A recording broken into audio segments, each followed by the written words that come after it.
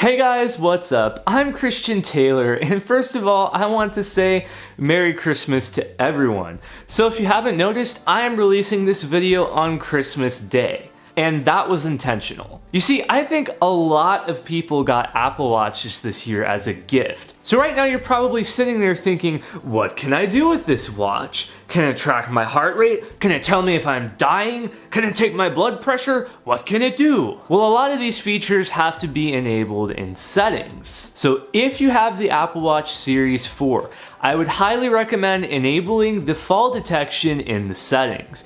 You just never know if you might take a fall or this might save your life someday, so I will show you how to do it. You just open the Apple Watch app, you scroll down until you find Emergency SOS, and within there you will see a fall detection option. Now this is disabled by default unless you are over 65 years old. I do think it's a good idea for everyone to enable, but just beware that once you do enable it, you have to be paying attention to your watch. If it's buzzing like crazy, you may have accidentally triggered it, and you're gonna want to say, no, I didn't fall within 60 seconds, otherwise it will contact emergency services. I would also recommend enabling the ECG feature. There is some setup you have to go through, and I'll have a link to that below with a step-by-step guide, because you never know if your heart may be in a funky rhythm and you want to check it so you can send it to your doctor. You're going to want to make sure your watch is all set up and ready to go now, so when you're in the moment, all you have to do is take the ECG and send it off to your doctor. Okay, so now that we have the really serious first stuff out of the way, I want to talk about protecting the watch itself. Now you may want to consider getting AppleCare Plus for your watch. I'm not going to go into all the factors of why and how, because I made a whole video about AppleCare that you can watch over here. So if you're interested, do check that out. But definitely consider buying AppleCare Plus. Decide now whether that's something you want, because you only have 60 days from when the watch was purchased to add AppleCare. And lastly, when it comes to protection, I would highly recommend using a screen protector. Yes, the watch can get scratched pretty easily. I've had it happen to mine. So if you have the Series 4, I would highly recommend the Whitestone Dome Glass screen protector, and I'll have a link to that review over there. Or if you've got the Series 3, there are some plastic ones that are still decent quality, and I'll have those linked in the description. Now you may be like, why do I need a screen protector? Why do I need AppleCare?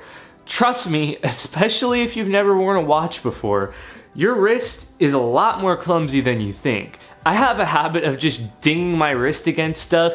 I'll just be walking through the kitchen and scrape it on the counter, or something will bump into it. Heck, one time someone threw a ball and it just came and hit my watch at full force. Or maybe you just have a crazy dog who tackles you and shatters your watch. That's never happened to me before, but it could.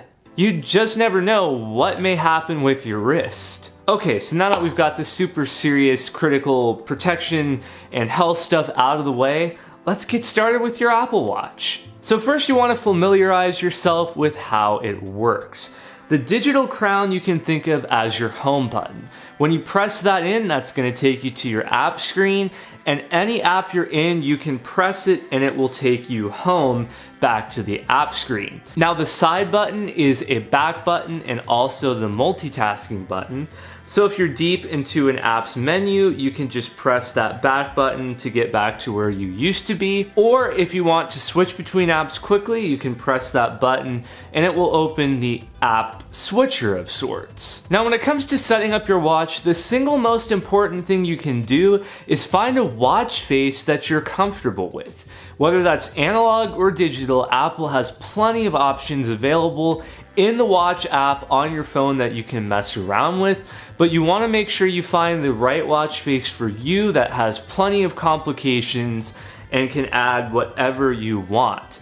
For example, I love having my calendar and the temperature right on my watch. Those are two things that are a must. I'm used to glancing at my wrist and seeing the current temperature, or if I have any calendar events coming up, and not every complication offers that. So this is just going to be trial and error. Play around in your settings and see which watch face is right for you. So once you've configured your settings and found the right watch face for you, now it's just playing around with the different apps available on your watch.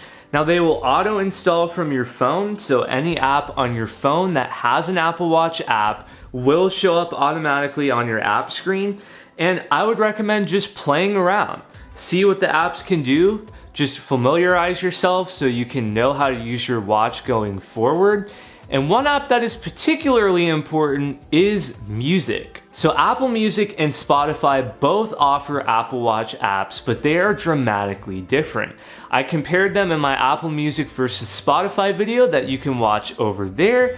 But let me just say that if you want to go for a run and listen to music from your watch, you need Apple Music. So just make sure you've explored your options when it comes to music apps and you're fully aware of what your watch is capable of doing. Because yes, if you have Apple Music, you can leave your phone behind and take just your watch and a set of Bluetooth earbuds on a run and listen to music offline with no internet connection.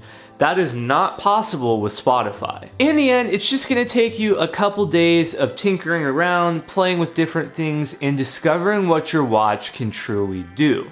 The final piece of advice I would have for you is make sure you're using a watch band you like. Now this is completely optional and is obviously gonna cost you extra money, but there are plenty of watch bands available online, both from Apple and third parties.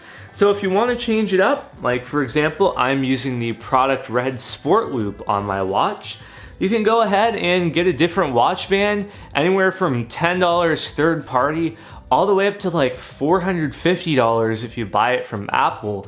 There's a watch band for everyone at every different price. And it's really cool for just making your watch look unique, making it fit your personality, and that's something I would highly recommend. I'll have some of my favorite watch bands linked in the description below. Now, one thing I really loved from another video I saw is the person said, if something works on your iPhone, it probably works on your Apple Watch. And the best way to figure that out is to just try it.